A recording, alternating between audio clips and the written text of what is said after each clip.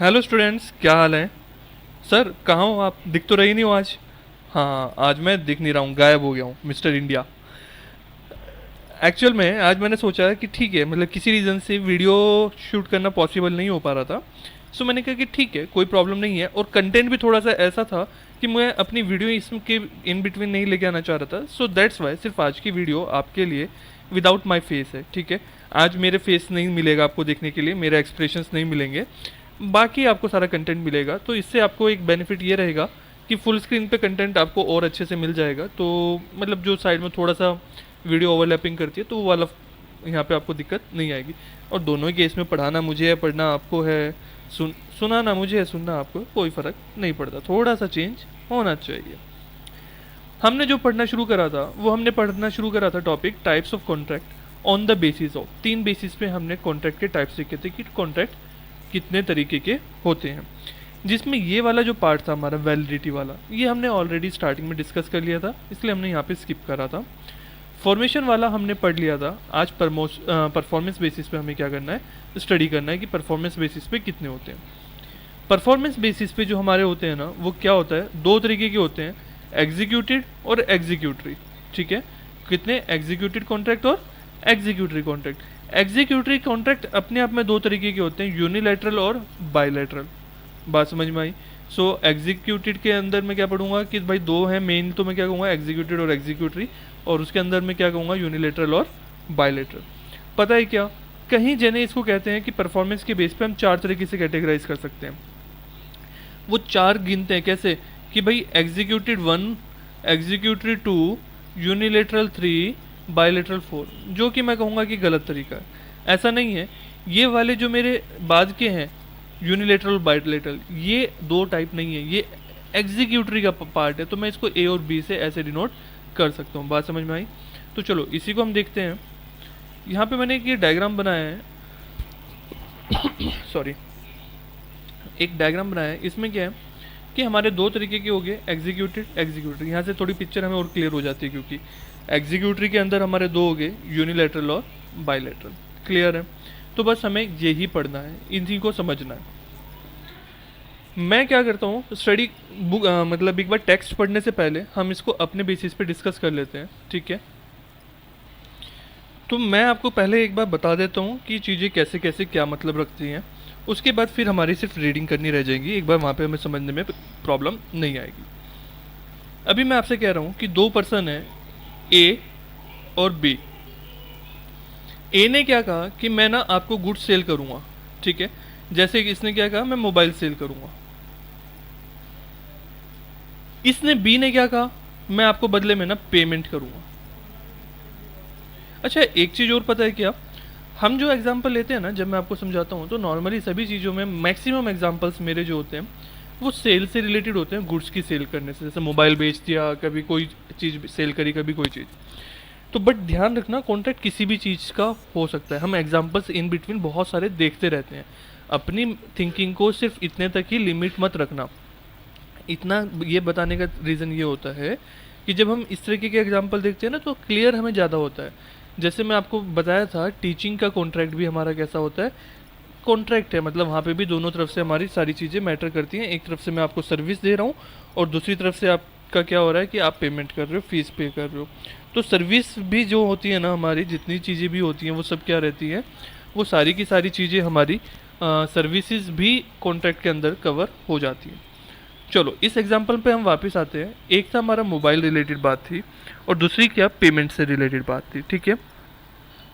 इसमें अब कैसे कैसे कॉम्बिनेशंस मेरे बन सकते हैं, कैसे कैसे कॉम्बिनेशन बन सकते हैं। पहला, मोबाइल भी आपने पे दे दिया, अभी अभी क्या, अगर आपने मोबाइल भी दे दिया और सामने से आपको पेमेंट भी मिल गई। सेकंड कॉम्बिनेशन क्या बन सकता है, मोबाइल भी आपने फ्यूचर में देने की बात करी, अभी पे नहीं करा, और पेमेंट भी अभी पे नहीं करी। ऐसा हो सकता है ना, जैसे हमने कॉन्ट्रैक्ट कर लिया कि ठीक है, मैं आपको मोबाइल 3 दिन बाद दे दूंगा। जैसे फॉर एग्जांपल मेरे पास अभी नहीं है, आपका स्पेशल ऑर्डर लिया कुछ भी, और आपने कहा ठीक है, मैं 3 दिन बाद आके आपसे मोबाइल ले लूँगा और आपको पेमेंट भी कर दूंगा। तो ये वाला कॉन्ट्रैक्ट कैसा हो गया, जहाँ पे मेरे पास अभी मोबाइल भी नहीं है, मतलब ना ए का प्रॉमिस अभी पूरा हुआ है, ना पी की तरफ से अभी प्रॉमिस पूरा हुआ है। या फिर कैसा हो सकता है, मैं मोबाइल दे दिया है लेकिन आपने अभी पेमेंट नहीं करी है, जैसे कि आप उधार में लेके चले गए। या कैसा हो सकता है कि आप मैंने मोबाइल नहीं दिया है, आपने क्या करी, पेमेंट दे दी। ये कौन सा केस हो गया, मेरा एडवांस का केस हो गया, ठीक है। सो इसके आगे आप लिखना चाहो तो लिख सकते हो, ये कैसा हो गया, नॉर्मल केस हो गया कि भाई यहाँ तो नॉर्मल है, कोई बात नहीं। ये फ्यूचर वाली बात होगी कि अभी तो मैंने कुछ भी नहीं करा है। ये वाले में क्या हो गया, आउटस्टैंडिंग पेमेंट। पेमेंट कैसी होगी, आउटस्टैंडिंग हो गई। और यहाँ पे कैसा हो गया, एडवांस पेमेंट हो गई, ठीक है। ये सिर्फ मैंने जो लिखवाया है ये आपके अंडरस्टैंडिंग पर्पज़ के लिए लिखवाया है, मतलब एग्जाम में ऐसा कुछ भी आपको लिख के आना नहीं है, ये हमें क्लियर होना चाहिए, बात क्लियर होनी चाहिए। हाँ, एग्जाम्पल डेफिनेटली लिख के आ सकते हो, जैसे भी मैं बताऊंगा ना, तो इसको प्रॉपरली एग्जाम्पल में लिख के आ सकते हो। ऐसे एम पी पकड़ के मत लिख के आना, आप नॉर्मल लिख सकते हो। जैसे फॉर एग्जाम्पल आपको ये वाला एग्जाम्पल देना पड़ा, तो आप क्या लिख सकते हो, उसमें लिख सकते हो example, mister A promise B to sell the mobile for ₹10,000 where he sold the mobile या he transferred the mobile to B and on other this behalf B paid amount जो भी थी ₹10,000 to A, ठीक है। तो इस तरह से आप लैंग्वेज में इसको कन्वर्ट करके लिख के आ सकते हो। तो अभी मेरे लिए इंपॉर्टेंट बात क्या है, हमने देखा कोई भी ट्रांजेक्शन में जो हमारी कंसीडरेशन हो सकती है, मतलब जो हमें एक दूसरे को चीज़ें प्रोवाइड करनी है, चाहे वो सर्विस है या कुछ भी है। यहाँ पे मोबाइल की जगह मैं ये भी कह सकता हूँ ना सर्विस, जैसे डॉक्टर ने इलाज करने के लिए कहा, इलाज भी कर दिया, पैसा भी ले लिया। या फिर इस वाले में क्या है कि बात हुई कि ठीक है मैं कल को आपका इलाज कर दूंगा और कल को आप क्या मुझे पैसे भी दे देना, फीस भी दे देना मेरी। या इसमें क्या हुआ, इलाज कर दिया, आपने कहा पैसे सर अभी नहीं है मैं कल दे दूंगा। या यहाँ पे क्या हुआ, आपसे पैसे ले लिए लेकिन अभी इलाज नहीं करा, एडवांस में पैसे लेके रख लिए। तो कुछ भी इस तरह से हो सकता है, किसी भी चीज़ में आप देख सकते हो, टीचिंग वाली लाइन में भी आप ये चीज़ देख सकते हो। कोई कन्फ्यूजन तो नहीं, पूरी तरह से क्लियर है। अच्छा, अब मेरे को क्या बात करनी है इसमें, ये बात करनी है कि किस तरीके का क्या है। अब हमारे पास दो वर्ड आते हैं, एक वर्ड आता है एग्जीक्यूटेड। एग्जीक्यूट का मतलब क्या होता है, पहले तो ये देखते हैं। एग्जीक्यूट का मतलब होता है जो काम था उसको करना, ठीक है। सिंपल मैं अगर बात करूं, काम को करना मेरा क्या होता है, एग्जीक्यूट होता है। ये प्रेजेंट टेंस है कि ठीक है, एग्जीक्यूट मतलब एक सिंपल वर्ब है। अभी मैं इसको कहूंगा एग्जीक्यूटेड, ये कैसी होगी, पास्ट। पास्ट का मतलब क्या हो गया, कर दिया। आपने जो भी काम करना था वो क्या कर दिया, पास्ट हो गया। एग्जीक्यूटरी,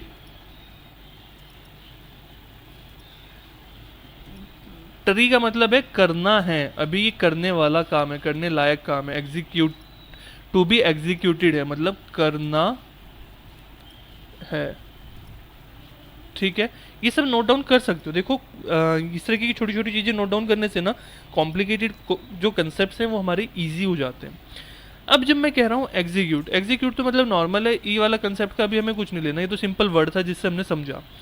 एग्जीक्यूटेड का मतलब है जहाँ पे मैंने क्या करा, जो भी मुझे काम करना था ना वो मैंने कर दिया है। एग्जीक्यूटरी का मतलब कुछ करना अभी बाकी है। यहाँ पे चीज़ क्या है, रिमेनिंग टू डू है, ठीक है, रिमेन है, अभी बचा हुआ है करने से। बात क्लियर हुई। सो अभी मैं अपने एग्जाम्पल पे वापस आऊँ।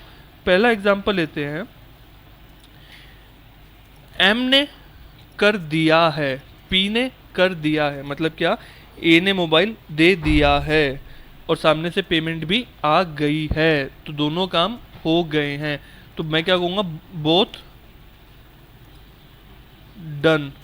और डन को ही हम क्या कहते हैं, कर देने को ही क्या कहते हैं, एग्जीक्यूटेड। ये कैसा कॉन्ट्रैक्ट है मेरा, एग्जीक्यूटेड एग्रीमेंट या एग्जीक्यूटेड कॉन्ट्रैक्ट है। बात समझ में आई ये वाली। तो जब दोनों तरफ से ट्रांजैक्शन हो चुकी होगी तो मैं क्या कहूँगा, एग्जीक्यूटेड बोलूँगा। क्लियर हुआ। अब जहाँ पे कुछ भी करना बाकी होगा वो क्या कहलाएगा, एग्जीक्यूटरी। भाई यहाँ तो ना तो ये करा है आपने, ना आपने ये करा है। इस वाले केस में क्या हुआ, ये तो कर दिया लेकिन ये नहीं करा, यहाँ पे ये नहीं करा ये कर दिया, तो मतलब कहीं ना हर किसी केस में कुछ ना कुछ करना बाकी है। सो यहाँ पे क्या एग्जीक्यूटरी है कि अभी क्या आपने कुछ काम जो था वो करना बाकी है। क्लियर हुआ। सो एग्जीक्यूटरी में क्या होगा, या तो मतलब दोनों में से किसी एक साइड से कोई भी वर्क करना बाकी रह जाएगा, तो वो मेरा क्या कहलाएगा, एग्जीक्यूटरी कहलाएगा। एग्जीक्यूटेड तभी होगा जब जहाँ जहाँ जिसको जो जो काम करना था वो सारे काम हो गए, एक काम के बेसिस पे एग्जीक्यूटेड नहीं कहूँगा। एग्जीक्यूटेड में मैंने क्या लिखा, बोथ डन, दोनों काम मैंने कर लिए। बात क्लियर हुई? तो एग्जीक्यूटेड एग्जीक्यूटरी क्लियर हुआ, डन है। चलो अभी मैं इसमें एग्जीक्यूटरी के अंदर अभी हमने बात क्या करी कि ठीक है एग्जीक्यूटेड समझ में आ गया, एग्जीक्यूटरी समझ में आ गया। एग्जीक्यूटरी को मैं फर्दर दो तरीके से और डिवाइड कर सकता हूँ, यूनिलेटरल और बाइलेटरल। यूनिलेटरल का मतलब क्या है, इसका मतलब होता है वन साइडेड। क्या? One sided. वन साइडेड क्या है? वो है एग्जीक्यूटरी है। वन साइडेड अभी हुआ नहीं है, करना बाकी है। वन साइडेड क्या है? करना है, अभी बाकी भी लिख सकते हो बीच में, करना बाकी है। बायलैटरल में क्या है? दोनों साइड से ही, अभी दोनों ही साइड से करना है, बाकी है। बात समझ में आई? तो यूनी मतलब क्या होता है? वन। बाई मतलब क्या होता है? दो। लेटरल मतलब क्या होता है? साइड। ठीक है, सो इसी का मतलब है यूनिलेटरल मतलब वन साइड, और बायलेटरल का मतलब क्या है? To side. कंसेप्ट क्लियर हुआ अच्छे से? कोई कंफ्यूजन तो नहीं है ना? डन है। सो अभी एक बार अपने एग्जाम्पल में चलें वापस। देखो ये हमारा एग्जाम्पल था ना, यहाँ पे क्या है? करना बाकी, इतना तो समझ में आ गया। ये तीनों ही क्या है? हमारे एग्जीक्यूटरी हैं, ये तो क्लियर हुआ। अब इनको डिवाइड कर देते हैं यूनिलेटरल और बायलेटरल में। ये वाला दोनों तरफ से करना बाकी है, यानी बायलेटरल एग्जीक्यूटरी कॉन्ट्रैक्ट है। कैसा कॉन्ट्रैक्ट है? बायलेटरल कॉन्ट्रैक्ट है, और एग्जीक्यूटरी तो है ही है ये। बात समझ में आई? यहाँ पे एक तरफ से हो गया, बस एक तरफ से करना बाकी है, तो ये यूनिलेटरल एग्जीक्यूटरी कॉन्ट्रैक्ट है। ठीक है, यहाँ पे क्या है? एम वाला बाकी है, तो ये भी कैसा है? यूनिलेटरल एग्जीक्यूटरी कॉन्ट्रैक्ट है। यूनिलेटरल एग्जीक्यूटरी कॉन्ट्रैक्ट को मैं सिर्फ क्या बोल देता हूँ? यूनिलेटरल कॉन्ट्रैक्ट बोलता हूँ, पूरा उसको बोलने की ज़रूरत नहीं है कि यूनिलेटरल एग्जीक्यूटरी कॉन्ट्रैक्ट, ऐसा बोलने की रिक्वायरमेंट नहीं बनती हमारी। बात समझ में आई? पूरा क्लियर हुआ? बस इतना ही हमारा ये टॉपिक है। और कमाल की बात बताऊँ, ये बहुत इंपॉर्टेंट टॉपिक है एग्ज़ाम में, मतलब इसमें से क्वेश्चन आने के चांसेस बहुत अच्छे बनते हैं। ठीक है, तो इसमें तो मिस्टेक करनी नहीं है, ये पूरे पूरे नंबर दिलाने वाला टॉपिक है। इसमें से मतलब कुछ भी मार्क्स लूज नहीं होने चाहिए, ऐसा टॉपिक है ये वाला। करें आगे, समझे? अब रीडिंग करना स्टार्ट करें। पहले हम क्या पढ़ रहे हैं? एग्जीक्यूटेड कॉन्ट्रैक्ट पढ़ रहे हैं। कौन सा? एग्जीक्यूटेड। देख लेते हैं। When contract has been completely perform, जो कॉन्ट्रैक्ट आपने कम्प्लीटली परफॉर्म कर लिया, पूरी तरह से पूरा कर दिया है, it is termed at executed. उसी को हम क्या कहते हैं? एग्जीक्यूटेड। हाँ भाई, दोनों तरफ से जो भी मेरी टर्म्स थी वो मैंने पूरी कर ली। The consideration in a given contract could be an act और a फॉरबिडेंस।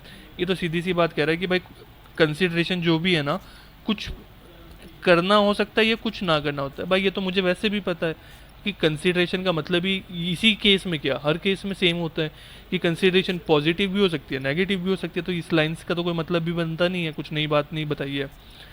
When act is done और एग्जीक्यूटेड, जब जो भी काम करना था या तो आपने कर दिया या कर दिया, वो एक ही बात है।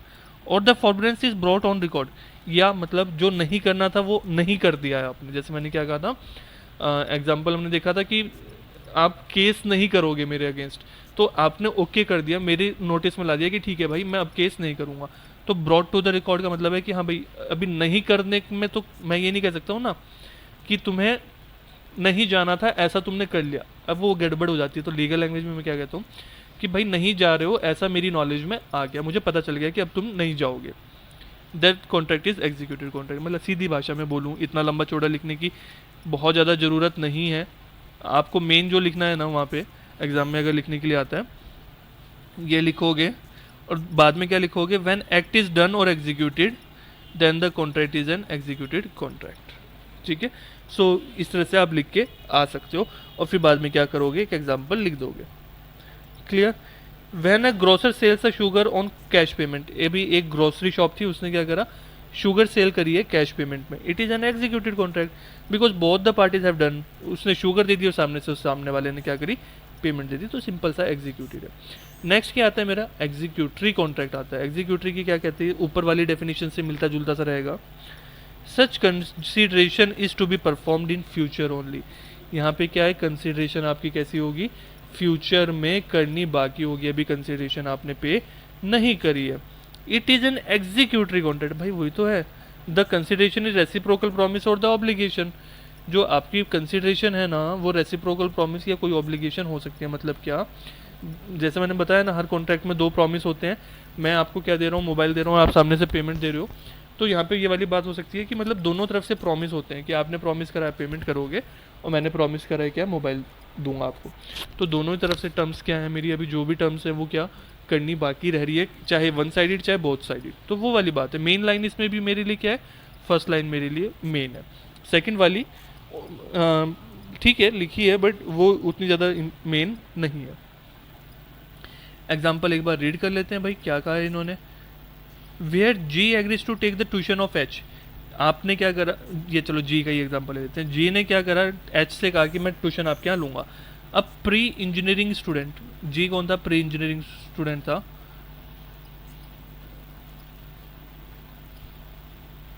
नहीं, यहाँ पे क्या है, एच स्टूडेंट है, एच स्टूडेंट है। जी एग्रीज टू टेक ट्यूशन का मतलब है जी ट्यूशन ले रहा है, ठीक है ना, वो लैंग्वेज जिन्होंने इस तरह से यूज़ करी है। From the next month H is consideration promise to pay G per month. H ने क्या कहा है कि जी को कहा है कि मैं हर महीने आपको क्या करूँगा, 1000 रुपीज़ क्या करूँगा, पे करता रहूँगा। The contract is executory because it is yet to be carried out. कि ठीक है भाई, अभी एग्जीक्यूटरी है क्योंकि क्या यहाँ पे पेमेंट करनी बाकी है और सामने से भी तो पढ़ाना भी बाकी है, तो ये दोनों साइड से क्या है, एग्जीक्यूटरी। तो जब आपसे अगर पूछने क्वेश्चन सिर्फ इतना आता है एग्जीक्यूटरी कॉन्ट्रैक्ट क्या होता है, तो आप पता है किस तरह से लिखोगे, आप लिखोगे ये सच इसको मतलब किस तरह से लिखोगे, बात समझो, एक सेकंड रुको मैं बताता हूँ।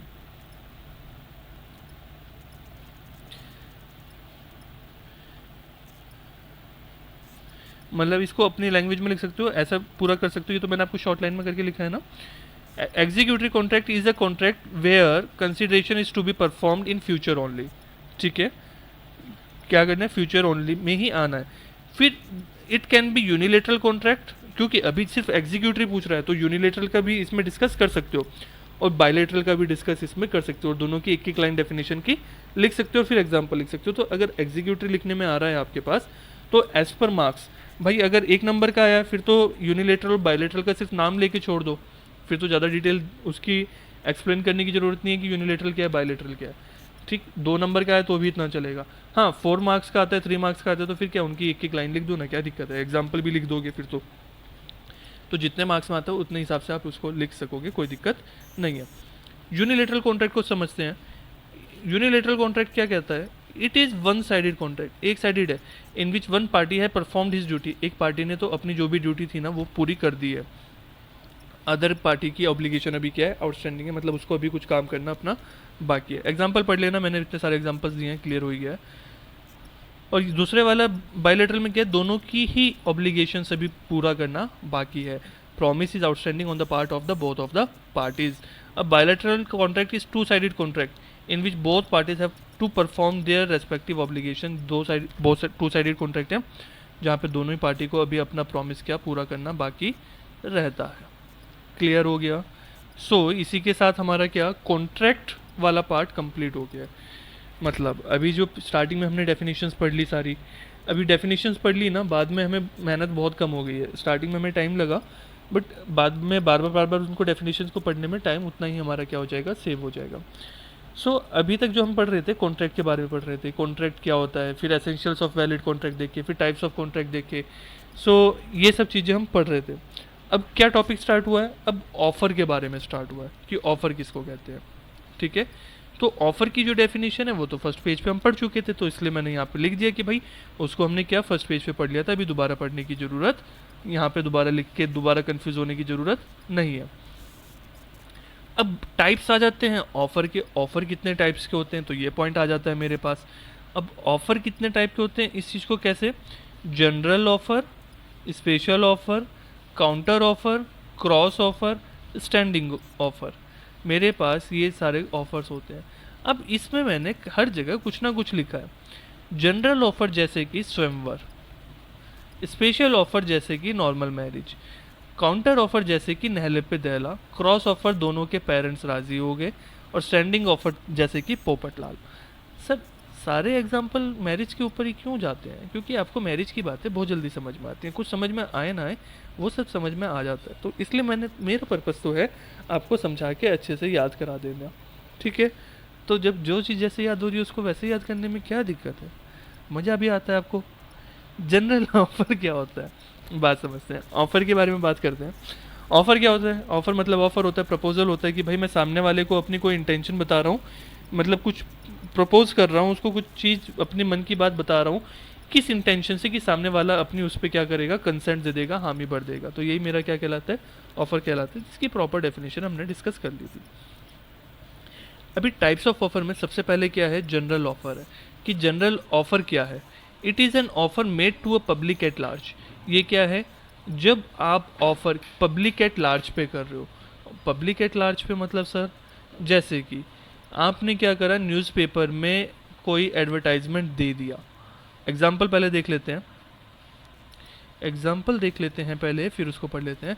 Advertisement given in the newspaper announcing a reward for tracing out a missing person. एक पर्सन खो गया था, उसके लिए क्या करा, एक न्यूज़पेपर में एडवर्टाइज दे दिया कि भाई ये गुमशुदा की तलाश है, जो भी इसको ढूंढ के लेके आएगा हम उसको क्या करेंगे, इनाम देंगे। It can be accepted by any person who traces out missing person. अभी क्या है, कोई भी पर्सन इसको एक्सेप्ट कर सकता है। जो कौन एक्सेप्ट कर लेगा, इनाम किसको मिल जाएगा, जो भी पर्सन उस मिसिंग पर्सन को ढूंढ के लेके आएगा। And is title to claim the reward, और उसको रिवार्ड क्या होगा, मिल जाएगा। अब यहाँ पे क्या इंपॉर्टेंट बात आ जाती है, मतलब समझो, अभी तक जो हम पढ़ रहे थे ना कि इस पर्सन ने, ए ने बी को कहा, बी ने सी को कहा, सी ने डी को कहा, इस तरह से बार बार पढ़ रहे थे। वो क्या सा हमारा था कॉन्ट्रैक्ट, वो स्पेशल ऑफर था कि मतलब किसी स्पेशल पर्सन को हम दे रहे थे। राम ने श्याम को कहा कि क्या आप मुझसे ये सामान खरीदोगे, वो कैसा था, मेरा स्पेशल ऑफर था। भाई मैंने एक बंदे को कहा है, अभी वो ही उसको एक्सेप्ट करेगा, ठीक है। फॉर एग्जाम्पल मैंने आपको कहा कि मेरे पास मोबाइल है, आप इसको खरीदना चाहोगे कि 10,000 में। अभी आपको ऑफर करा है तो एक्सेप्ट आप ही करोगे, ऐसा नहीं कि कोई बीच में आ गया हाँ मैं खरीदने को रेडी हूँ, मतलब क्या सेंस बनेगी, कुछ नहीं ना। तो मैंने आपको ऑफर करा है तो क्या अभी आपको ही क्या करना पड़ेगा, उसको एक्सेप्ट करना पड़ेगा। अब मैं बात करता हूँ जनरल ऑफर में। जनरल ऑफर में क्या है कि मैंने पब्लिक एट लार्ज को कहा। पब्लिक एट लार्ज का मतलब होता है जब मैं ओपनली किसी को कह रहा हूँ। पब्लिक एट लार्ज से मतलब होता है कि पब्लिक को कह रहा हूँ, मीन्स उसका मतलब होता है कि मैं किसी पर्टिकुलर एक पर्सन को नहीं कह रहा हूँ, मैं एक ग्रुप को कह रहा हूँ, जनरली सबको कह रहा हूँ, ठीक है। तो वो क्या होगा, वो मेरा क्या कहलाएगा, वो कहलाएगा जनरल ऑफर, क्योंकि अभी उसमें कोई भी उसको एक्सेप्ट कर सकता है। जैसे मैंने अभी बताया ना, पर्सन खो गया था, तो यहाँ पे अभी मैंने किसी एक बंदे को नहीं काम दिया, मैं एक बंदे को काम देता कि भाई तुम जाओ उस पर्सन को ढूंढ के लाओ, मैं तुम्हें इनाम दूंगा। ये कैसा होता है, स्पेसिफिक ऑफर हो जाता। यहाँ पे मैंने क्या कहा, न्यूज़पेपर में अनाउंस कर दिया कि ये पर्सन खो गया, भाई इसको जो भी ढूंढ के लेके आएगा मैं उसको इनाम दूंगा। ये मेरा ऑफर है। सामने से जो बंदा लेके आएगा ना उस पर्सन को ढूंढ के, उसने क्या करा, एक्सेप्ट करा और अपना प्रॉमिस भी पूरा कर दिया ढूंढ के लेके आने का। तो अभी मुझे अपना प्रॉमिस पूरा करना पड़ेगा, किस चीज़ का, उसको रिवॉर्ड देने का। तो क्लियर हुआ। जनरल ऑफर किस तरीके का है, स्वयंवर जैसा है। स्वयंवर में क्या होता था, जो राजकुमारी होती थी उसका विवाह के लिए होता था, वहाँ पे राजा आते थे बहुत अलग अलग देश से। तो वहाँ पे क्या होता था, एट लार्ज कर देता भाई, कोई जो जीतेगा उसको, उसकी ट्रॉफी है ये, ठीक है। सो ऐसा सिचुएशन होती थी। तो वहाँ पे क्या, जो भी शर्त पूरी कर देता था, जो भी वहाँ पे मतलब स्वयंवर का रूल होता था, जैसा भी, जैसे राम जी ने धनुष तोड़ा था, तो ठीक है कि धनुष की वहाँ पे थी कि उसको उठाना था धनुष को, तो धनुष उठा दिया था। तो अभी जिसने कंडीशन पूरी कर दी तो ये माना जाता था कि उन्होंने क्या कर लिया, एक्सेप्ट कर लिया। अभी सीता जी ने उन्हीं से विवाह करा ना, रिजेक्ट तो नहीं करा ना, तो वो ठीक है। उस टाइम पे इंडियन कॉन्ट्रैक्ट एक्ट नहीं था, बट सेंस के लिए समझ लो। तो अभी क्या है कि वहाँ पे समझा, एक्सेप्ट करना पड़ेगा। मतलब ऑफर कर दिया ना जैसे सीता जी ने कि भाई अभी तो जो भी इसको मेरे कंडीशन को पूरा कर देगा, जो भी धनुष को उठाएगा मैं उससे क्या करूँगी, मैरिज कर लूँगी। तो जिसने भी उठा लिया, अब राम जी ने उठा लिया, तो उनको अभी क्या करना पड़ेगा, अपने ऑफर को पूरा करना पड़ेगा, क्योंकि राम जी ने क्या कर लिया, एक्सेप्टेंस कर लिया। और एक्सेप्टेंस करते ही क्या हो गया, सीता जी का ऑफर क्या बन गया, प्रॉमिस बन गया। सो यहाँ पे अभी क्या करना पड़ेगा, उनको मैरिज करनी पड़ेगी। सो इसलिए मैंने इसको लिखा है स्वयंवर जैसा। तो ध्यान रहेगा ना अभी कि एक किसी पर्टिकुलर पर्सन को नहीं कह रहे हो, ये आप ज़्यादा, एक से ज़्यादा लोगों को कह रहे हो। Any one can accept and do the desired act. कोई भी उसको क्या कर सकता है, एक्सेप्ट कर सकता है। जो यहाँ पे जैसे किसी भी पर्सन को ढूंढने के लिए कहा, मिसिंग पर्सन को, तो उसको कोई भी ढूंढ के लेके आ सकता है। ऐसी कोई दिक्कत नहीं है कि भाई यही पर्सन लेके आएगा, कोई भी उसको कर सकता है। अब बात करते हैं केस लॉ की। Carlill versus carbolic Smoke Ball company 1893। अच्छा, अब इसके जब मैं केस स्टडी की केस लॉ की बात करता हूँ तो इसमें हमारे ऊपर मतलब आपके माइंड में कई डाउट्स आते हैं एग्ज़ाम को लेके।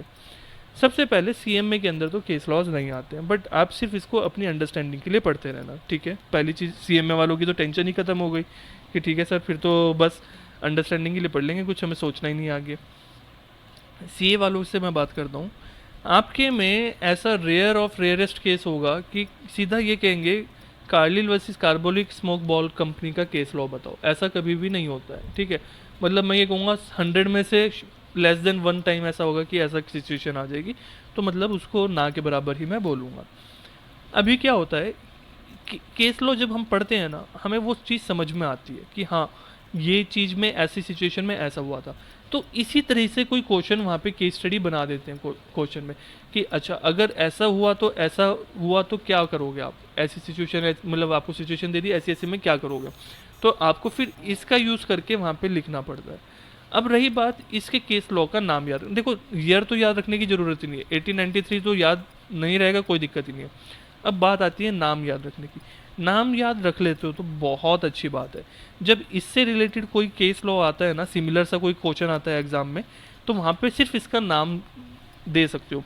उसमें क्या लिख सकते हो, जैसा कि Carlill versus carbolic Smoke Ball company में भी डिसीजन लिया गया था, इसलिए हम यहाँ पे ये डिसीजन लेते हैं कि हमारा कंपनी एक्ट वो भी कॉन्ट्रैक्ट एक्ट भी कहता है और ये केस लॉ भी कहता है, इसलिए हम ये डिसीजन ले रहे हैं। तो इससे ना आपका इंप्रेशन क्रिएट होता है एग्जाम में, और नहीं लिखोगे तो भी ओके है। सो देखो जैसे सेक्शंस हो गए, फाउंडेशन लेवल पे बता रहा हूँ, उसके आगे तो लिखना आपको चाहिए।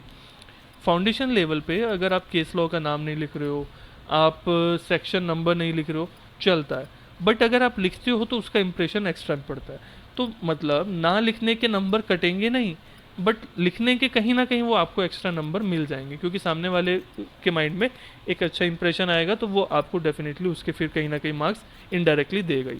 तो इस चीज़ को आप समझ के रखना, बिल्कुल इग्नोर भी मत करना, और कोशिश करना कि कितना ज़्यादा से ज़्यादा हो सके, और बहुत ज़्यादा टेंशन भी मत लेना। जहाँ जहाँ मैं आपको कहूँगा वो वाले थोड़े से कर लेना, जैसे ये वाला बहुत इंपॉर्टेंट है, तो इसको अगर आप कर लोगे तो ज़्यादा अच्छा है।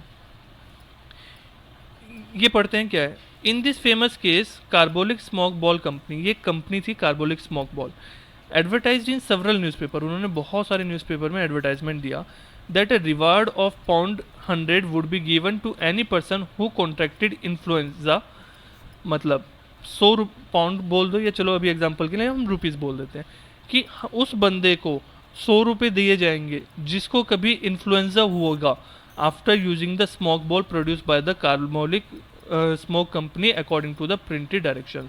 मतलब कंपनी ने कहा देखो भाई, ये जो मैं प्रोडक्ट बना रहा हूँ ना, कार्बोलिक स्मोक बॉल बनाई उन्होंने, मतलब एक क्या था मेडिसिन टाइप में उन्होंने बनाई, और ये कहा कि इसको यूज़ कर लोगे ना, जैसे कि हमने डायरेक्शंस दिए हैं, जैसा हमने कहा वैसा वैसा इसको क्या कर लोगे, यूज़ कर लोगे, और उसके बाद भी आपको बीमारी होगी इन्फ्लुएंजा की, तो हम क्या करेंगे, हम प्रॉमिस करते हैं आपको 100 पाउंड देंगे।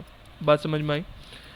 वन लेडी, एक लेडी थी Mrs Carlill, use the smoke balls as per the direction of the company, उसने सब बिल्कुल वैसे ही यूज़ करी जैसे कंपनी ने कहा, and even then suffered from influenza, उसे तब भी क्या हो गया, इन्फ्लुएंजा हो गया। Held she could recover the amount as by using the smoke ball she had accepted the offer, और क्या डिसीजन लिया गया कि भाई आप इसकी अमाउंट रिकवर कर सकते हो, आपको 100 पाउंड मिलेंगे। उसका सीधा सा रीज़न क्या हुआ, क्योंकि उसने क्या करा था, जनरल ऑफर करा था कंपनी ने पब्लिक एक्ट लार्ज को करा था। अभी जिसके साथ भी ऐसी सिचुएशन होगी वो क्या कहला जाएगा, एक्सेप्टर कहलाएगा, और उसकी फिर क्या होगा, एक्सेप्टर कराने के कारण उसको जो भी कंपनी ने प्रॉमिस करा था वो फुलफिल करना पड़ेगा। एक चीज़ और पता चली, क्या पता चली, जो हमारे इसमें, इसको तो छोड़ ही दो, दो नाम यूज हुए कार्लिल, तो दो जो कंपनी इसमें थे ना केस में, दो जने थे, एक तो कौन था, कार्बोलिक स्मोक बॉल कंपनी, और दूसरे बंदा कौन था, कार्लिल। तो ये यही Carlill versus carbolic Smoke Ball company. तो केस लॉ के नाम ना ऐसे ही चलते हैं। तो जब दो जनों के बीच में केस होता है ना, तो उसके बीच हम क्या करते हैं, एक पर्सन का नाम, दूसरे पर्सन का नाम, और उस बीच में क्या, वर्सेस। सो जैसे ही अगर मैं यहाँ पे कहता हूँ लक्ष्मण, वो लालमन शुक्ला और गौरी दत्त, ललमन शुक्ला और गौरी दत्त मतलब दो पार्टीज रहे होंगे, एक तो गौरी दत्त रही होगी, दूसरा केस किसके बीच में होगा, शुक्ला जी के बीच में हुआ होगा, ठीक है। तो ये वाली केस हमारा यहाँ पे रहेगा। एक और केस स्टडी है, देख लेते हैं। ये भी अच्छी केस स्टडी है, बट इसका नेम याद रखना उतना ज़्यादा इंपॉर्टेंट नहीं है जितना ऊपर वाले का था। यहाँ पे क्या था, एक थी गौरीदत्त, सेंट इज सर्वन, उसने अपने सर्वेंट को जो था जिसका नाम ललमन वो था शुक्ला, उसको भेजा to trace his missing nephew, कि उसकी एक नेफ्यू जो थी वो मिस हो रही थी, या जो भी था, हो रहा था या हो रही थी जैसा भी, ठीक है ना। वो मिस हो रही थी, तो अपने सर्वेंट को भेजा, उसने अपने नौकर को कहा कि भाई ऐसा है, देखो मेरी ना नेफ्यू मिस हो रही है, तुम जाके उसको ढूंढ लाओ। He then announce that anybody who traced his nephew would be entitle to a certain reward. नौकर को तो भेज दिया ऐसे, उसको कुछ नहीं कहा कि भाई तुम्हें इनाम मिलेगा, ये कुछ मिलेगा, क्योंकि भाई वो नौकर था, उसको कहा कि देखो मैं तुम्हें काम दे रही हूँ, कि गौरीदत्त ने क्या कहा, मैं काम दे रहा हूँ कि आप क्या करो, इसको जाके मेरी नेफ्यू को ढूंढ के लेके आओ, और ये तुम्हारा काम है। वो ढूंढने गया, अभी उसको बेचारे गौरीदत्त को टेंशन हुई, तो क्या अनाउंस कर दिया कि देखो भाई कोई भी ढूंढ के लेके आएगा ना, मैं उसको क्या दूंगा, इनाम दूंगा। L trace the boy in ignorance of his announcement. Boy था भाई, नेफ्यू कौन था, बॉय था। सर नेफ्यू तो बॉय होना था, तो मैंने कब मना करा था, ये तो आपको पता होना चाहिए था ना कि नेफ्यू किसको बोलते हैं, ठीक है। L trace the boy in ignorance of this announcement. L ने क्या करा, बॉय को क्या कर लिया, ट्रेस कर लिया, और उसको नहीं पता था कि भाई ऐसा कोई इनाम भी है। बात समझ में आई। वो तो बेचारा नौकर था, वो तो अपना काम पे मिशन पे निकल गया, पीछे पीछे अनाउंसमेंट होगी, उसे तो पता भी नहीं, वो बेचारा ढूंढ ढांड के लेके भी आ गया। सब्सिक्वेंटली उसके बाद उसको पता चला रिवॉर्ड के बारे में, ही क्लेम्ड इट, और उसने क्या करा, वो रिवॉर्ड मांगा। उसने कहा कि भाई मुझे क्या करो, ये रिवॉर्ड दो, क्योंकि तुमने अनाउंस करा था मेरे जाने के बाद, जो भी ढूंढ के लेके आएगा उसको ये मिलेगा। अब क्या लगता है, आंसर यहाँ से रीड मत करो, सोच के बताओ क्या लगता है, उसको मिलना चाहिए नहीं मिलना चाहिए। देखो सर, अच्छी बात तो यही कहती है, हमारे संस्कार तो यही कहते हैं कि उसको मिलना चाहिए, संस्कार तो कहते हैं, मगर लॉ नहीं कहता है। He was not not not entitle to the reward. वो उसे रिवॉर्ड नहीं मिलेगा, as he did not know the offer, क्योंकि उसे तो ऑफर पता ही नहीं था। तो ऑफर जब तक उसे पता ही नहीं है कि मैं एक्सेप्ट कर रहा हूँ, तो एक्सेप्टेंस कैसा, बात समझ में आई। अगर बाई चांस उसको बाद में पता चल जाता कि ऐसा ऑफर हुआ है, और फिर वो उसके हिसाब से ढूंढ के लेके आता, तो फिर क्या कहलाता, फिर उसको रिवॉर्ड के एंटाइटल था, बट उसे पता ही नहीं है। तो जब तक ऑफर ही नहीं पता है, तो मतलब उसने एक्सेप्ट करा ही नहीं ना। एक्सेप्टेंस तो कब होगी, जब ऑफर होगा। इसलिए बात समझ में आई। तो लॉ हमारा डिफरेंट होता है। जो हमें एक अच्छे बच्चे वाली फीलिंग आती है ना, कि हम अच्छे हैं, हमारे संस्कार अच्छे हैं, अच्छा ही तो इसी में, वो अलग चीज़ है, और लॉ क्या कहता है वो अलग चीज़ है। तो दोनों चीज़ों को हमें संभल के चलना पड़ेगा, आपको ध्यान से उनको पढ़ के चलना है। क्लियर है ये वाली बात, डन हुआ। चलो अब बात करते हैं स्पेशल ऑफर के बारे में। स्पेशल ऑफर क्या होता है, नॉर्मल मैरिज के बारे में बात करते हैं। ये केस सिचुएशन क्या रहती है, when the offer is made to a specific और एन असर्टेन पर्सन, किसी एक स्पेसिफिक पर्सन को आप ऑफर कर रहे हो, ए बी को कह रहा है, it is known as specific offer. जैसे कि नॉर्मल मैरिज होती है भाई, रिश्ता किसी एक ही बंदे को लेके जाते हैं, वहाँ स्वयंवर नहीं रचाया जाता है। स्पेसिफिक और accept offer can be accepted only by that specific person, जिसको आपने क्या करा है, ऑफर करा है, सिर्फ वही क्या कर सकता है, उसको एक्सेप्ट कर सकता है, और कोई उसको एक्सेप्ट नहीं कर सकता। सिंपल है ना। स्पेसिफिक ऑफर तो वही है जो हम पूरे लॉ में पढ़ते आ रहे हैं। काउंटर ऑफर, इसका मतलब है नहले पे दहला। सर नहले पे दहला, नहले पे दहले पे क्या होता है, नहले पे दहला का मतलब क्या चलता है, जो मुहावरा ये, इसका मतलब हुआ है सामने वाले ने कुछ वर्क करा और आपने उससे बढ़कर एक काम और कर दिया, ठीक है।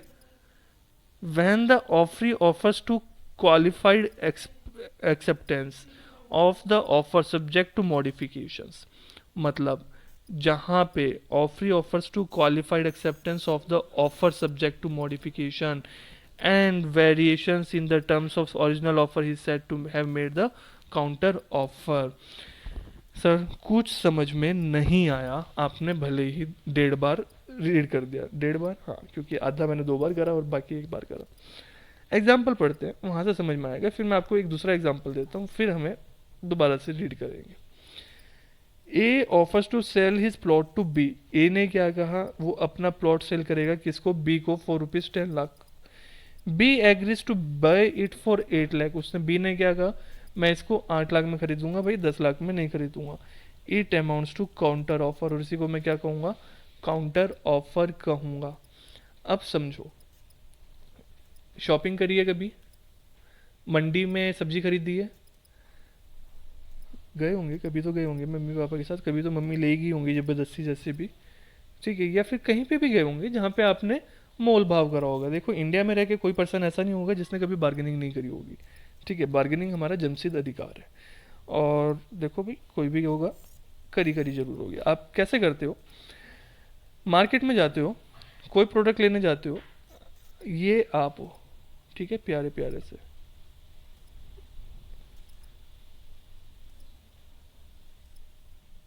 शातिर से लग रहे हो ना एकदम, ये आप हो, ठीक है, ये आपके शर्ट के बटन है। ये सामने एक शरीफ सा प्यारा सा छोटा सा प्यारा सा नन्नू सा एक बच्चा है, ठीक है, ये भोला सा है, ये आंटी सी बन गई है, बन गई तो बन गई, ठीक है, ये इनके हाथ पैर है। चलो अभी क्या हुआ, यहाँ पे आपने क्या करा, शॉपकीपर के पास गए, उनसे पूछा कि मुझे मोबाइल खरीदना है, कितने रुपए का है। उन्होंने कहा ये वाला मोबाइल जो है ना 25,000 रुपीज़ का है, ठीक है, 25,000 रुपीज़ का। आपने कहा बहुत महंगा है, मुझे नहीं चाहिए। शॉपकीपर ने क्या कहा कि नहीं बताओ ना, 25,000 का है, आपको कितने का लेना है। आपने पता है क्या कहा सीधा, ये मोबाइल आप मुझे 10,000 में देते हो तो बताओ। वो बेचारा देखता रह गया कि 25,000 के मोबाइल को 10,000 में, बट अभी उसको बेचना था कि नॉन ब्रांडेड मोबाइल था। तो जैसे आप लेते हो ना, ये हर सिटी में कोई ना कोई एक मार्केट होती है, तो वहाँ पे जैसे आप जाते हो खरीदते हो तो उस तरह से, ठीक। तो वहाँ पे आपने क्या बार्गेनिंग चलती है, जैसे हरिद्वार में मेन हर की पौड़ी होती है, वहाँ पे मार्केट में चलता है, देहरादून में पलटन बाजार हो गया, तो हर जगह कुछ ना कुछ ऐसे सिटी आपकी रहती है। तो 25,000 रुपीज़ से आपने 10,000 का, उसने कहा चलो अच्छा ऐसा करते हैं, 10 तो बहुत कम हो जाएंगे, आप ना मुझे इसके 22 दे दो। आपने कहा नहीं देखो भाई मैं 11 से ऊपर नहीं दूंगा। वो बेचारा तो 3,000 रुपये कम हुआ, आप 11 पे आए। उसने कहा चलो ऐसा करो 18 दे दो। आपने कहा नहीं बस मैं मैक्सिमम 12। उसने कहा चलो भाई 15 दे दो। आपने कहा मैं 12.5 दूंगा बस। मतलब आपकी बार्गेनिंग पावर देखो, 10 से लेकर आपने उसको 12.5 में मना लिया, वो बेचारा आधे रेट से भी कम पे आ गया, मतलब आधे रेट पे आ गया, समझ लो। तो यहाँ पे पता है क्या चल रहा है, यहाँ पे आपका क्या चल रहा है, काउंटर ऑफर चल रहा है। काउंटर ऑफर कैसे, आपने पहले ऑफर करा, मतलब यहाँ पे क्या था कि सामने वाले ने, शॉपकीपर की बात कर लेता हूँ मैं, शॉपकीपर ने आपको ऑफर करा कि मैं 25,000 में बेचूंगा। अभी आपने एक्सेप्ट नहीं करा, आपने यस नहीं करा, आपने सामने से ऑफर कर दिया कि नहीं भाई मैं 25 में नहीं, इसको 10 में बेचना है तो बताओ, मैं 10 में खरीदने को रेडी हूँ। अभी ये क्या हो गया, पुराना ऑफर तो हमारा हो गया कैंसिल। पुराने ऑफर का इस 25,000 के तो भूल ही जाओ, इसकी तो कोई वैल्यू ही नहीं रही अब एक तरह से देखा जाए, पहले ये ऑफर था, ये कौन था, ऑफर था। अब नए केस में क्या हुआ, आप ऑफर बन गए, आपने ऑफर कर दिया 10,000 का। अभी इसके ऊपर है ओके करने के लिए, एक्सेप्ट करने के लिए। बट इस सिचुएशन में क्या हुआ, इसने एक्सेप्ट नहीं करा, इसने दूसरा आपके सामने ऑफर कर दिया, तो अब 10,000 की वैल्यू तो खत्म होगी, ये बात खत्म होगी। सेकंड वाले में क्या हुआ, ये ऑफर बन गया, इसने आपको नया ऑफर दे दिया कि भाई 22,000 में खरीदना चाहते हो या नहीं खरीदना चाहते हो। अब सामने से आपके पास सिचुएशन आ गई इसको ओके या ना करने की। तो बात समझ में आ रही है ना।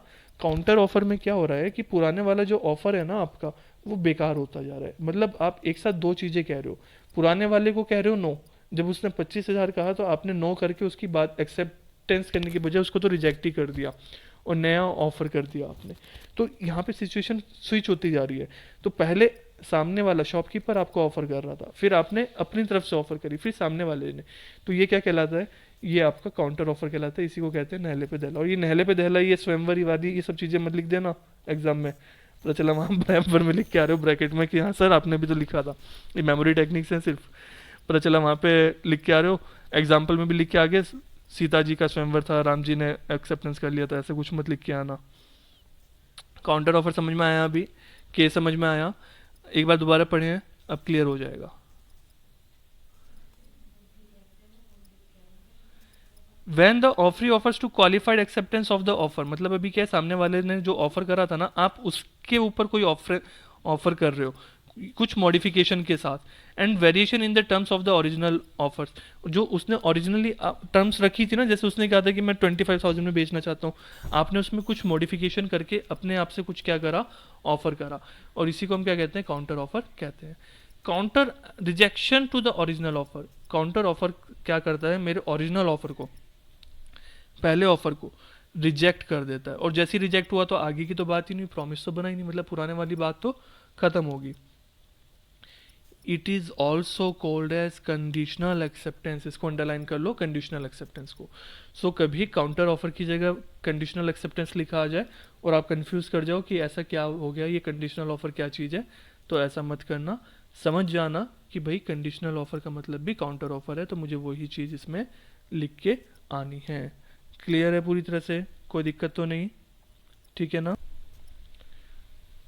क्लियर हुआ। चलो अब आगे देखते हैं क्रॉस ऑफर। क्रॉस ऑफर में और काउंटर ऑफर में स्टूडेंट्स को बहुत ज़्यादा डिफरेंस कन्फ्यूजन होता है, तो ध्यान रखना, काउंटर ऑफर का मतलब है नहले पे दहला, और क्रॉस ऑफर है लॉटरी लग जाना। मतलब क्या हो गया, फॉर एग्जाम्पल मान के चलो, ये कहाँ से बताऊँ, यहीं पे समझ लेते हैं। मान के चलो क्या हुआ, ये आप हो, ये मिस बी है, ये मिस्टर ए हैं आप, ये मिस बी हैं।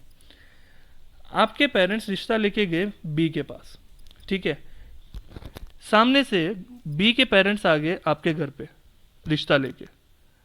मन तो मन बहुत खुश हो गया कि भाई अब तो मेहनत ही नहीं लगनी पड़ी, अभी तो पहले तो मन में डर था कि सामने से एक्सेप्ट होगा या नहीं होगा, क्या दिक्कत होगी नहीं होगी, और पता चला सामने से क्या हो गया, वो रिश्ता लेके आ गए। इस चीज़ को क्या कहते हैं, इसको हम कहते हैं क्रॉस ऑफर, कि दोनों ही सेम चीज़ को ही ऑफर कर रहे हैं। बात समझ में आए, आप भी वही ऑफर कर रहे हो, मैरिज के लिए लेके जा रहे हो, सामने से भी क्या मैरिज का ही ऑफर आ रहा है, सेम सिचुएशन है, सेम कंडीशन है, कोई फर्क नहीं है। बात क्लियर। एक और एग्जांपल लूँ, अब इसका थोड़ा लीगल एग्जांपल ले लेते हैं। ये वाला एग्जांपल मैरिज का कोई भी लिख के मत आना जब तक कि बुक में प्रॉपरली नहीं लिखा हो, तब तक जहाँ लिखा है मैरिज के एग्जांपल्स वो लिख के आ सकते हो, वो पूरी तरह से वैलिड है, ये वाले मत लिख के आना वहाँ पे। अब जो एग्जाम में लिख के आ सकते हैं वो कैसा लिख के आ सकते हैं, ए ने ऑफर करा बी को कि मैं कुछ भी आइटम सेल करूंगा, जैसे मोबाइल का ही ले रहे हैं बार बार, तो मोबाइल को ही ले लेते हैं कि मोबाइल को सेल करूंगा 10,000 का। बी को पता ही नहीं था कि ए ने ऐसा कुछ ऑफर कर रहा है। जैसे फॉर एग्जांपल ए ने क्या करा, मेल सेंड कर दी थी बी को, अभी बी ने पता ही नहीं है उसको मेल आई हुई है, और बी ने उधर से क्या करा, एक व्हाट्सएप मैसेज सेंड कर दिया कि मुझे ना आपका मोबाइल खरीदना है, कितने का, 10,000 रुपीज़ का, बी ने ऐसा कह दिया। तो यहाँ पे क्या हुआ, सेम ऑफर सेम चीज दोनों तरफ से कर रहे हैं, ठीक है, ए बेचने को कह रहा है मोबाइल और बी खरीदने को कह रहा है mobile, same amount same condition सब कुछ सेम, बट कमाल की बात है कि दोनों को ही नहीं पता है कि वो दोनों ऐसा ऑफर करने वाले थे। मतलब जब ए ने ऑफर करा तो उसको नहीं पता था कि बी सामने से ऑलरेडी रेडी बैठा है इस चीज़ के लिए, और जब बी ने ऑफर करा तो उसको नहीं पता था कि ए ऑलरेडी इस तरीके का मुझे ऑफर कर चुका है। क्लियर हुई। तो इसी चीज़ को हम क्या कहते हैं, क्या कहते हैं, क्रॉस ऑफर कहते हैं। और जो ये मैं डायग्राम्स बना रहा हूँ, जो एग्जांपल लिख रहा हूँ ना, इसको फेयर तरीके से अपने पास लिख के रखना कॉपी में, आपको ये नोट्स बनाने हैं। देखो बाकी तो आपके पास बुक होगी, उसको पूरा का पूरा कॉपी में प्रिंट करने का कोई सेंस नहीं बनता है, ठीक है। मेरी कोशिश ये रहती है आप कम से कम कॉपी पे राइटिंग टाइम कम से कम स्पेंड करो, उसमें हमें टाइम ज़्यादा एक्स्ट्रा वेस्ट नहीं करना है। बट सबसे ज़्यादा इंपॉर्टेंट क्या होता है, जब मैं चीज़ आपको कोई एक्स्ट्रा बता रहा हूँ ना, जैसे ये एग्जांपल्स बता रहा हूँ जो बुक में नहीं मेंशन है, तो वो आपको लिखने चाहिए। इवन मैं अगर जैसे मैरिज वाला भी बताया, ठीक है आपको एग्जाम में नहीं लिख के आना है, बट इसको प्रॉपरली ऐसे ही कॉपी में, यहाँ पे तो देखो इतना लिखोगे तो समझ में नहीं आएगा ना, वीडियो पॉज करो, इस एग्जाम्पल को पहले क्या करो, पूरा नोट डाउन करो, ठीक है। मैं आपको लिखने का टाइम क्यों नहीं दे रहा हूँ, आई डोंट वांट कि सिर्फ इसी कारण से मैं वीडियो की लेंथ स्ट्रेच करूँ। पता है क्या, कोई भी फैकल्टी की अगर आप क्लास देखोगे ना, इवन जो मेरे रिकॉर्डेड सेशन क्लासेज 12th वगैरह की, बाकी सबकी जो ऑलरेडी कंप्लीट है, उनकी वीडियो लेंथ बाकी टीचर की वीडियो लेंथ से बहुत शॉर्ट होती है, बहुत ज़्यादा। उसका सबसे बड़ा रीज़न होता है मैं लिखता नहीं क्लास में, सब कुछ ऑलरेडी प्रिंटेड है, तो एटलीस्ट 60% टाइम तो यहीं सेव हो जाता है। मतलब जो अगर एक एक लाइन लिखने लगो ना, तो पढ़ाने, अगर मैं 15 मिनट पढ़ा रहा हूँ तो आधे घंटे का मेरा क्या टाइम जाता है, लिखने में जाता है, तो वो वाला सारा मेरा यहाँ पे टाइम सेव हो जाता है। दूसरा, मैं आपको कोई डिक्टेट नहीं कर रहा हूँ, वो टाइम सेव हो रहा है। फिर उसके अलावा ये जो मैं चीज़ें समझा रहा हूँ आपको शॉर्ट में लिख के समझा रहा हूँ ताकि चीज़ आपको क्लियर हो जाए। फिर आपको लिखने के लिए मैं एक्स्ट्रा वीडियो पे टाइम नहीं देता हूँ, आपको कहता हूँ पॉज कर लो, ताकि हर चीज़ कंसाइसली रहे, आप अपनी स्पीड से देख सको। किसी की राइटिंग स्पीड तेज़ होती है, किसी की कम होती है, तो पॉज करो, लिखो, डेटा कम लगेगा आपको, अपने हिसाब से आप मैनेज कर सकते हो, ठीक है। और सबसे अच्छी चीज़, वीडियो को आपको रिपीटेटिव देखना है, उसको रिवाइज करना है कभी, तो फिर दोबारा इसने, अगर मैं मान लिया बीच में टाइम दे के बैठा हूँ तो आपको दिक्कत आएगी ना उसको रिवाइज करने में। तो ये सब चीज़ें इसलिए टाइम नहीं देता हूँ। तो आप वीडियो पॉज करके इसको फेयर लिख लिया करो, ठीक है। अब बात करते हैं क्रॉस ऑफर में। समझ में आ गया कंसेप्ट, बस अभी रीडिंग करनी रह गई है। When two parties exchange identical offer, कैसा offer, same offer, ditto copy, in ignorance at the time of each others offer, उस समय पे जब वो ऑफर कर रहे थे उनको नहीं पता था कि भाई सामने से भी मुझे वो बंदा यही ऑफर कर रहा है। The offers are called cross offers, और इसे हम क्या कहते हैं, क्रॉस ऑफर कहते हैं। अच्छा, ये मान के चलो, अब ये बताओ सोच के क्या लगता है, ये वैलिड कॉन्ट्रैक्ट बन जाएगा या नहीं बन जाएगा? क्या मतलब मैं ऑफर कर रहा हूँ, सामने से वो भी वही ऑफर कर रहा है, क्या इसको एक्सेप्टेंस मान लेंगे या नहीं मान लेंगे कि हाँ भाई जब दोनों की बात ही वही थी, सब वही था, तो कॉन्ट्रैक्ट को एक्सेप्टेंस मान लेते हैं और बॉन्डिंग कर देते हैं, पूरी तरह से लीगल हो ही गया हमारा, सब कुछ सही है। ऐसा होगा क्या? सोचो सोचो।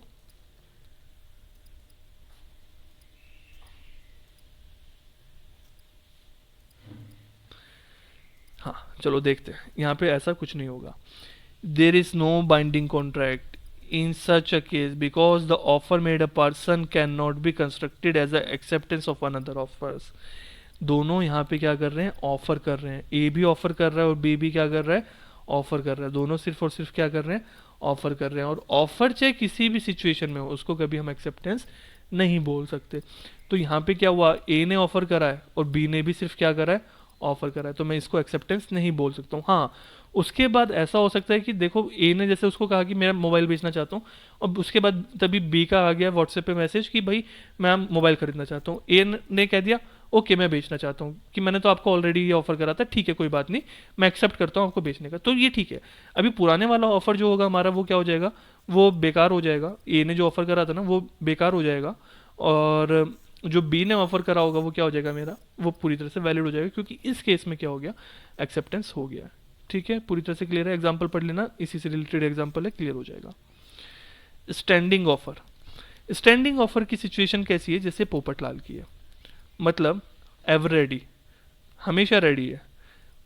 N offer which is allowed to remain open for acceptance over a period of time, जो ऑफर जो है ना, मतलब एक बहुत लंबे समय तक, हमेशा के लिए कह दो, या जब एक लंबे टाइम के लिए ओपन है एक्सेप्टेंस के लिए, मतलब वो हमेशा रेडी है कि भाई कोई एक्सेप्ट कर लो। वो पोपटलाल जैसा ऑफर ही करता रहता है, कोई एक्सेप्ट नहीं करता है ना, तो वो हमेशा ओपन है कि भाई कोई भी कैसे भी आके एक्सेप्ट कर लो मेरे ऑफर को। तो वो मेरा क्या कहलाता है, ये मेरा कहलाता है स्टैंडिंग। मतलब स्टैंडिंग में क्या, स्टैंडिंग सिचुएशन में क्या कहते हैं कि मतलब मैं हमेशा तैयार हूँ, वो वाली बात है। सो ऑफर मतलब जो ऑफर मेरा हमेशा क्या है, रेडी है, उसको मैं क्या कहूँगा, स्टैंडिंग है।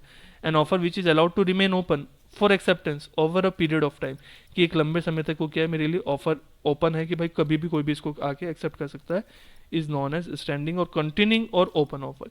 इसके तीन नाम है, तीनों को मतलब स्टैंडिंग तो वहाँ पे लिखा ही है, कंटिन्यूइंग ऑफर भी कह सकते हैं और इसको ओपन ऑफर भी कह सकते हैं। तो आप क्या कर सकते हो, इनको भी अंडरलाइन कर लेना, क्योंकि पता चला ऑफर ओपन ऑफर आ गया और आप वहाँ पे परेशान हो रहे हो कि ये सर क्या आ गया।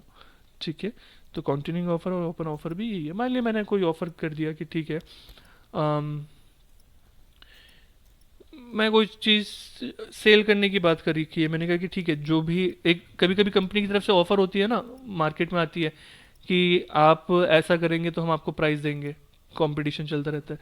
लाइक फॉर एग्जांपल मैंने क्या कहा कि एक अनाउंस कर दिया कंपटीशन कि जिसमें रोज विजेता निकलेंगे, स्क्रैच कार्ड दे दिया मैंने, या फिर मैंने कह दिया कि आप डेली क्या करोगे, ऑनलाइन गेम में अप्लाई करोगे, वहाँ पे डेली एक विनर निकलेगा।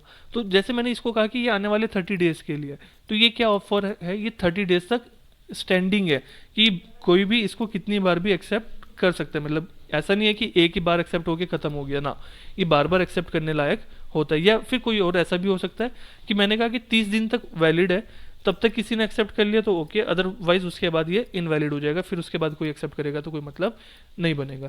जैसे मैंने क्या कहा कि मुझे कुछ कंस्ट्रक्ट करवाना था, मुझे एक बिल्डिंग बनवानी थी, या मैं ये कहूँगा कि मुझे एक अपने रूम में पेंट कराना था। ठीक है, बहुत बड़ी बिल्डिंग है, उसके अंदर मुझे पेंट कराना था। मैंने वहाँ पे लोगों से, जो भी शॉप पेंटर्स थे, मैंने उनसे कहा कि ठीक है आप मुझे बता दो कि कौन कौन अप्लाई करना चाहता है 10 दिन के अंदर मुझे रिप्लाई कर देना, ठीक है, अपने प्राइसिंग वगैरह के साथ। तो 10 दिन का टाइम दिया है मैंने, उतने दिन में कोई एक्सेप्ट कर सकता है, 10 दिन के बाद वो कोई भी एक्सेप्ट नहीं करेगा, मेरा ऑफर कैसा हो जाएगा, उस टाइम के बाद स्टैंडिंग नहीं रहेगा। तो ये वाले केस अलग अलग सिचुएशन में मेरे स्टैंडिंग ऑफर के हो सकते हैं। तो बात समझ में आई, हमने क्या देखा, टाइप्स ऑफ ऑफर देखे, जनरल ऑफर देखा, special offer, counter offer, cross offer, standing offer.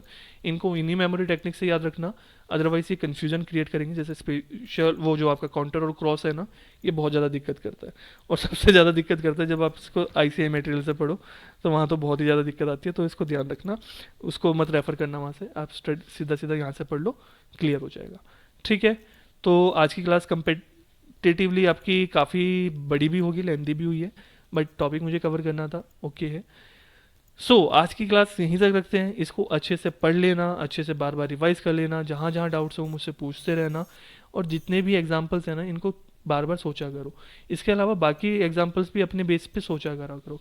जितने टॉपिक करते जाओ उसके बैक्स के क्वेश्चंस कर सकते हो, जो अनसॉल्व क्वेश्चंस आपकी बुक के पीछे दिए होते हैं वहाँ से कर सकते हो। कौन सी बुक, जो भी आपका स्टडी मटेरियल है, ICI का स्टडी मटेरियल, CMA का स्टडी मटेरियल, वहाँ से आप उनको करते रहा करो। ठीक है, चलो बाय बाय, टेक केयर।